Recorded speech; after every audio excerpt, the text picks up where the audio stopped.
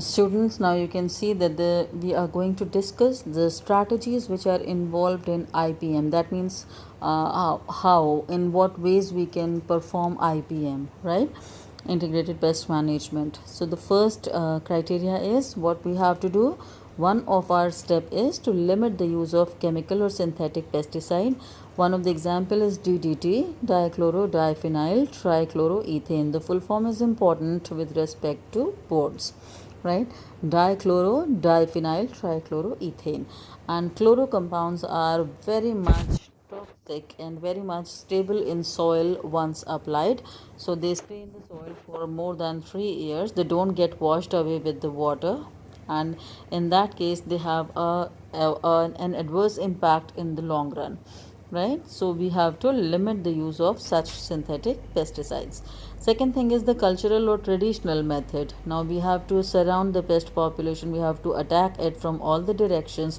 So second method is cultural or traditional method, like mixed cropping. Now, how mixed cropping helps children? When you are growing two or more crops in the same field at the same time, now this is something which may confuse the pest, because so many plants are there and the pest could not make out. It might be possible that one of the combination is allured by the pest. I mean, the pest relishes that particular grain, but just because you have added so many, you have mixed the seeds and now you are performing cropping, in that case the pests, they get confused, right?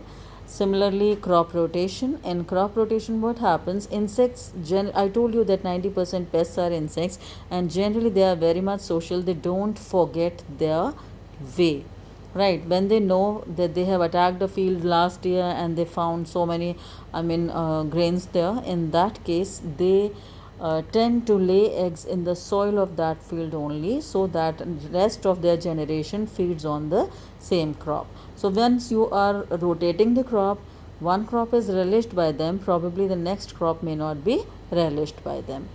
Mulching is keeping those gunny bags or the crop residues or the straws over the soil surface in order to cover up the soil, so that if any eggs are laid there, they cannot survive.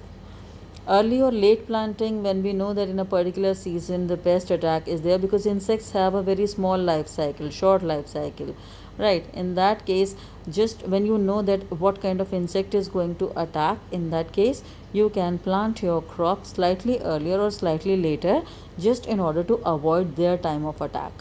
And spacing means when you are cultivating the crop at distance, because when the crop is much dense, in that case it is very much easily visible from a distance and pest attack is more likely to be there. Physical and mechanical methods, like producing smoke, using trapping nets, removing the diseased plant manually. This is something which is understood already.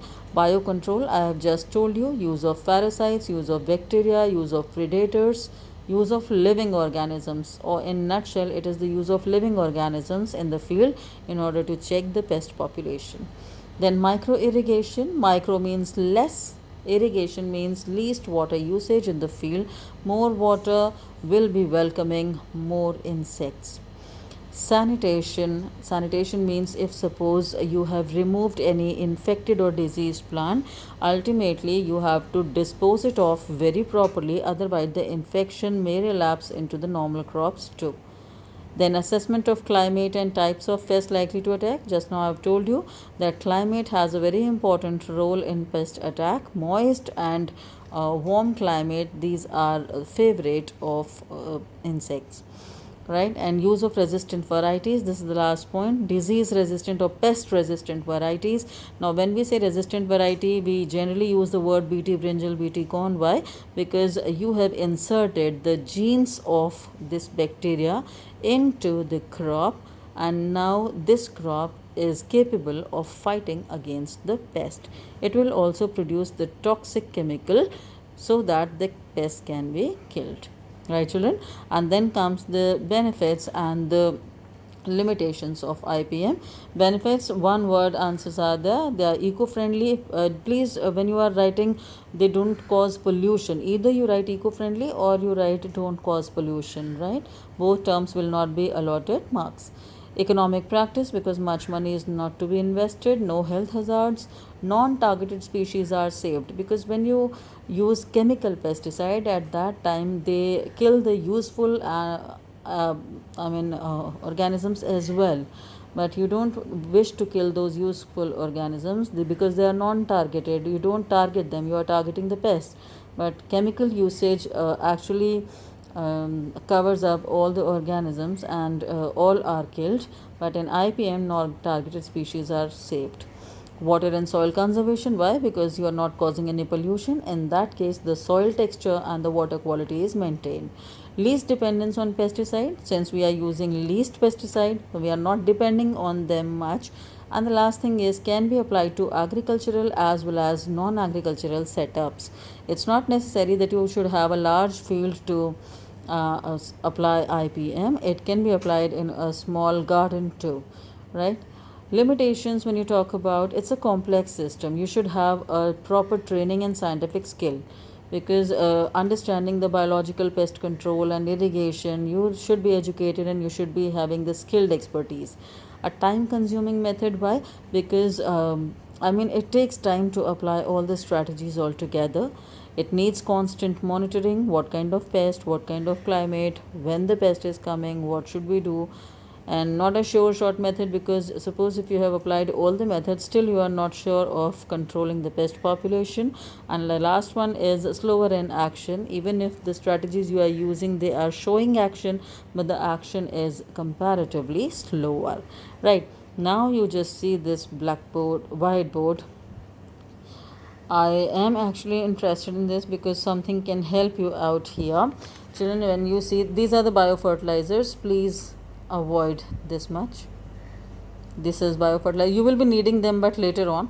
I'll send this picture to you. You keep it for your future references. First of all, biocontrol agents, the biopesticides. So, use of living organism is the operative word while defining. I hope you are taking care of each and every word of mine, because this is something which is a silly mistake if you repeat. The use of living organisms to control the pest attack. Ladybird, the red colored insect with black dots, right? This ladybird is basically feeding on the smaller insects, aphids, and aphids are the pests. So this is a natural food chain where the larger insect is actually feeding on the smaller one. Dragonfly, it feeds on Anopheles larva. Bacillus thuringiensis, it secretes cry protein. Crystalline, shortcut of crystalline is cry protein, and this cry protein is against the insect larva. Then you have trichoderma is a fungus, and it works against several plant pathogens, right? Another one is nucleopolyhedrovirus, or baculovirus is the common word. This works against many insects and arthropods, like spiders and all, right? So these examples would be helping you out much while writing the examples for this question. Sometimes the question comes for 2 marks. What do you mean by biopesticides? Write 2 examples, and children are not able to write the example. I believe now your problem is sorted out, and let us go back to the point. So I expect that this much is clear to you, right? Then the next thing is genetically modified organism. I'll be coming to this in the next video. I conclude this video here.